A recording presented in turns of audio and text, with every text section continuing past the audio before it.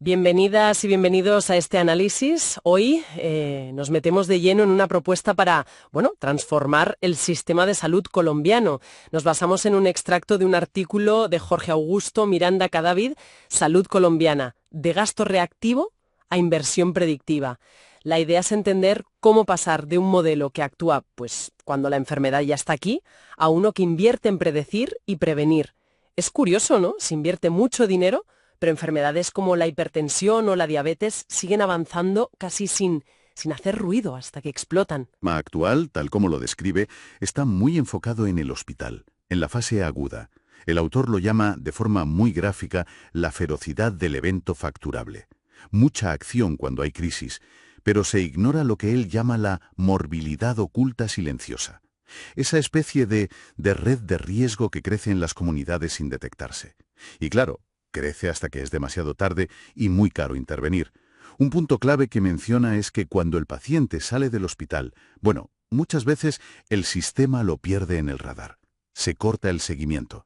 Es un fallo importante. Entiendo. Entonces, lo que propone el artículo es un giro radical. Dejar esa atención reactiva, muy medicalizada, y pasar a un modelo predictivo, basado en inteligencia de datos. Suena potente. A ver, ¿cómo se supone que se haría eso? Motor de atención primaria en salud, el promotor de APS.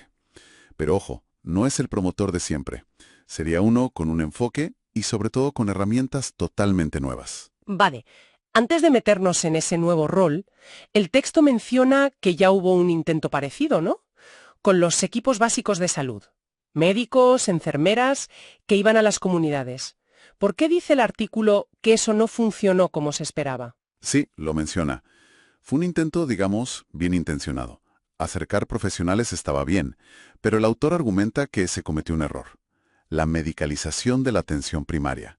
Es decir, se llevó la consulta tipo hospital, la consulta especializada, al terreno, pero sin un enfoque realmente predictivo. No se gestionaba el riesgo de forma integral. Se gastó dinero, sí, pero sin atacar la raíz, antes de que el problema diera la cara. Comprendido. Fue como mover el modelo de siempre a otro lugar, pero sin cambiar la lógica de fondo. Exacto. No se cambió el paradigma, solo el escenario, podríamos decir. Vale. Entonces, esta nueva propuesta recupera al promotor de APS, pero reinventado.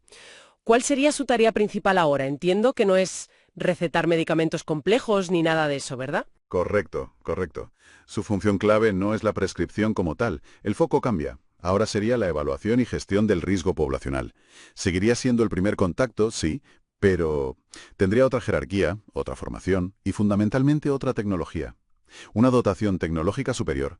Piensa en un promotor armado con tecnología de APS, con inteligencia de datos, que vendría de la interoperabilidad del sistema, claro. Con eso podría identificar a personas, a familias con alto riesgo de enfermedades no transmisibles, pero cuando aún están en fase latente, asintomáticas.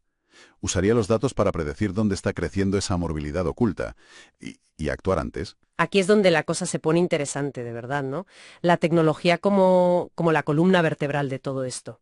Ya no es el agente con su carpeta y su boli.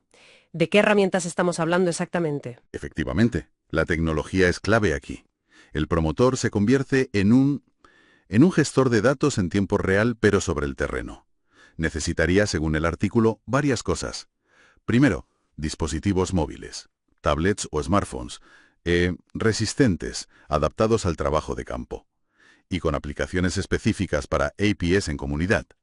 Herramientas digitales pensadas para su día a día. Vale. Justo. Y estas apps tienen que permitir recoger datos de forma estandarizada. Por un lado, datos biométricos básicos. Cosas sencillas de medir en casa o en puntos comunitarios. Tensión, peso, talla, quizá glucemia capilar. Pero, y esto el texto lo recalca mucho, también información sobre los determinantes sociales de la salud. Determinantes sociales. O sea, ir más allá de lo puramente clínico. ¿A qué se refiere exactamente? Las condiciones de vida. Exacto. Las condiciones concretas en las que vive la gente y que afectan su salud.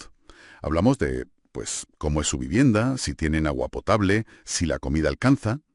También la exposición a riesgos ambientales, ¿no? Contaminación, humos. Incluso cosas como el nivel educativo o si tienen trabajo estable. Recoger todo eso, ese contexto, es crucial, según el artículo, para tener una foto completa del riesgo real. Vale, Tenemos datos del cuerpo y datos del entorno recogidos en una tablet. Pero, ¿cómo se convierte eso en una evaluación del riesgo útil allí mismo, en el momento, sin esperar análisis complejos en una oficina? Ahí entra lo más innovador que propone el texto. Meter algoritmos predictivos directamente en el dispositivo del promotor. La idea es usar lo que llaman Machine Learning ligero. O sea, modelos predictivos que no necesiten muchísima potencia para funcionar, que puedan correr en una tablet, a veces incluso sin conexión a Internet constante. Algoritmos en la tablet. ¿Y qué harían? Pues procesarían los datos recogidos, los biométricos y los sociales en tiempo real, y calcularían un perfil de riesgo, Un perfil de riesgo individual y familiar para desarrollar ciertas enfermedades. como un semáforo de riesgo que se enciende al momento. O sea, una evaluación de riesgo casi instantánea, ¿no? En la puerta de casa, como quien dice. La ventaja parece clara, poder priorizar mucho más rápido. Precisamente, permite ver al instante quién necesita ayuda más urgente, a quién hay que seguir más de cerca. Optimiza los recursos, que siempre son limitados. Se actúa sobre el riesgo detectado ya, sin las demoras de esperar análisis centralizados. El artículo también insiste mucho en que la historia clínica tiene que ser interoperable. Totalmente. Aparte de la eficiencia obvia, ¿por qué es tan crítica para que este modelo funcione? El texto la pone como condición indispensable. Sin ella, volvemos al riesgo de que el paciente se pierda, lo que decíamos antes, que se diluya entre un sitio y otro. Una historia clínica electrónica e interoperable, la HCI, a la que puedan acceder de forma segura el promotor y los demás. Eso es lo que garantiza la conexión, la continuidad. El autor habla de una conexión bidireccional. ¿Bidireccional? ¿Cómo funcionaría eso? ¿En los dos sentidos? Claro. Mira, en un sentido, desde la comunidad hacia el sistema. Si el promotor detecta un riesgo alto con sus herramientas, pues desde su propia tablet, conectada a la HCI, podría agendar la siguiente cita necesaria para esa persona. Por ejemplo, en esa consulta ampliada que proponen. Y al mismo tiempo mandaría toda la información que ha recogido. Los datos, la evaluación de riesgo, todo de forma segura. Así la transición es fluida, no se pierde nada. Se evita el limbo del paciente y que la información se quede, pues eso, en un papel olvidado. Y al revés, del sistema hacia el promotor. Ahí se cierra el círculo. Imagina un paciente que estuvo en el hospital por su diabetes. Con la HCI interoperable, el promotor de esa persona recibiría un aviso. Alta hospitalaria. Y no solo eso, tendría acceso al plan que le han puesto, medicación, dieta, próximas citas.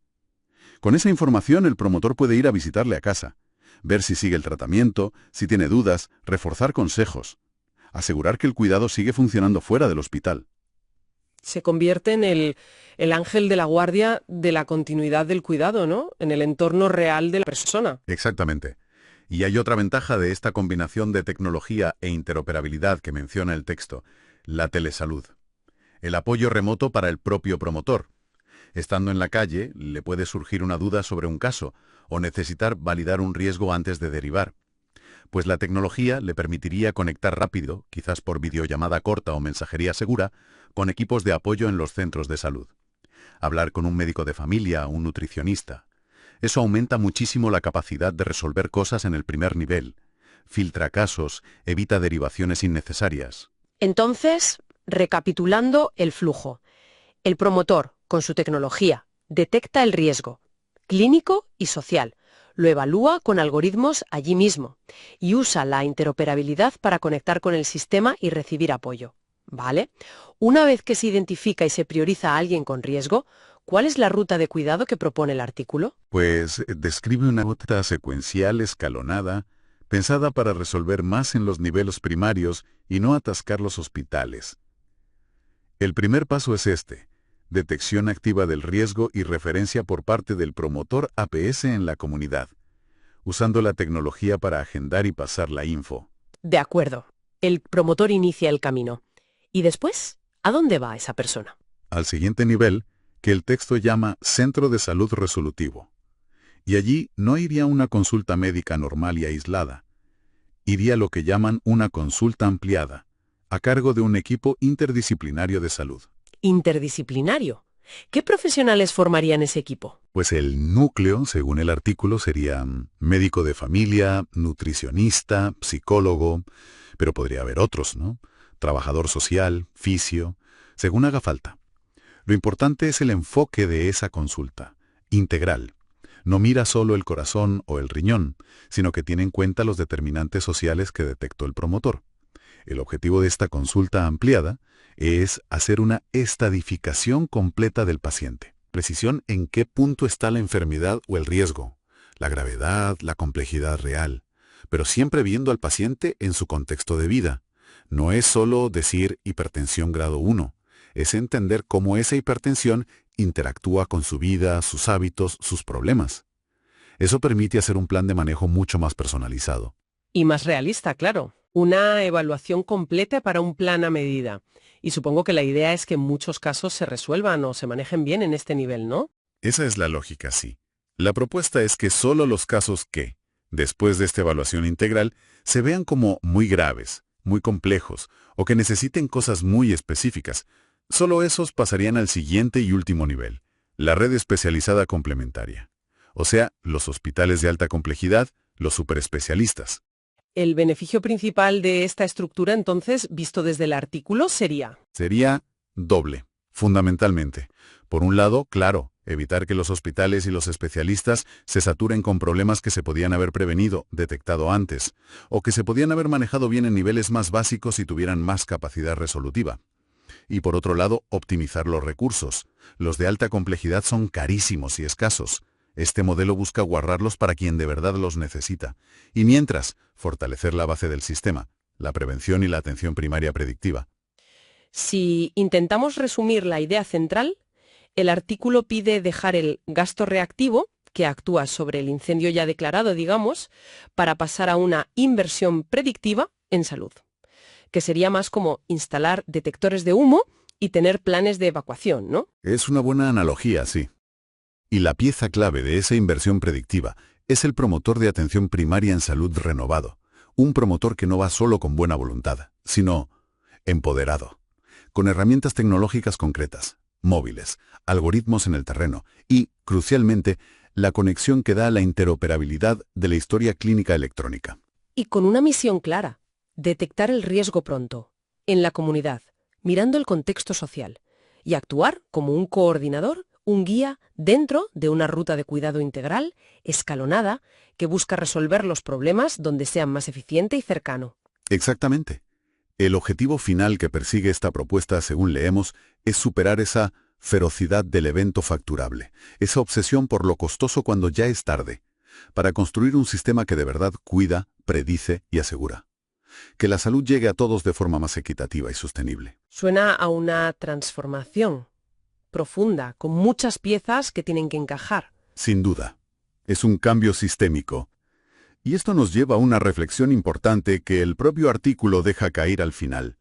Porque, vale, están los retos enormes de la reforma administrativa, la inversión en tecnología, reorganizar todo. Pero, ¿y la transformación cultural? Para que esto funcione de verdad, la prevención, la predicción, tienen que valorarse por todos. Profesionales, gestores, aseguradoras, políticos y la propia gente. Es un cambio de mentalidad colectivo sobre qué es la salud y cómo se cuida. No basta con cambiar las herramientas si la cultura que las usa sigue siendo la de siempre, la reactiva. Es un punto clave, sí. La tecnología puede ser perfecta, la organización también, pero si la cultura no acompaña, el modelo se queda a medias. Y llevando la reflexión un poco más allá, aunque esto se centra en Colombia, ¿qué lecciones podría dar este enfoque para otros sitios? Esta mezcla de promotores comunitarios, tecnología predictiva en el terreno y datos integrados servirían otros sistemas de salud que tienen problemas parecidos con las enfermedades no transmisibles y la sostenibilidad. Es una pregunta muy pertinente, sí. La fórmula: combinar un agente comunitario bien formado y equipado tecnológicamente con algoritmos que ayuden a priorizar in situ y datos que aseguren la continuidad. Bueno, conceptualmente suena potente para problemas que son comunes en muchos sitios, pero claro, la adaptación nunca es copiar y pegar. Si piensas en llevar un modelo así a otro contexto, tienes que mirar muchas cosas. ¿Cómo está la infraestructura digital allí? La conectividad. ¿Hay leyes claras sobre privacidad de datos de salud? ¿Cómo se forma el personal comunitario ahora? ¿Cómo se financia el sistema? Y, volviendo a lo de antes, ¿cuál es la cultura dominante sobre la prevención? Identificar esas barreras y esas palancas en cada lugar sería fundamental para adaptarlo con éxito. Pero sí, sin duda el modelo que describe el artículo ofrece un marco interesante para pensar en cómo pasar de lo reactivo a lo proactivo en salud en muchos otros lugares.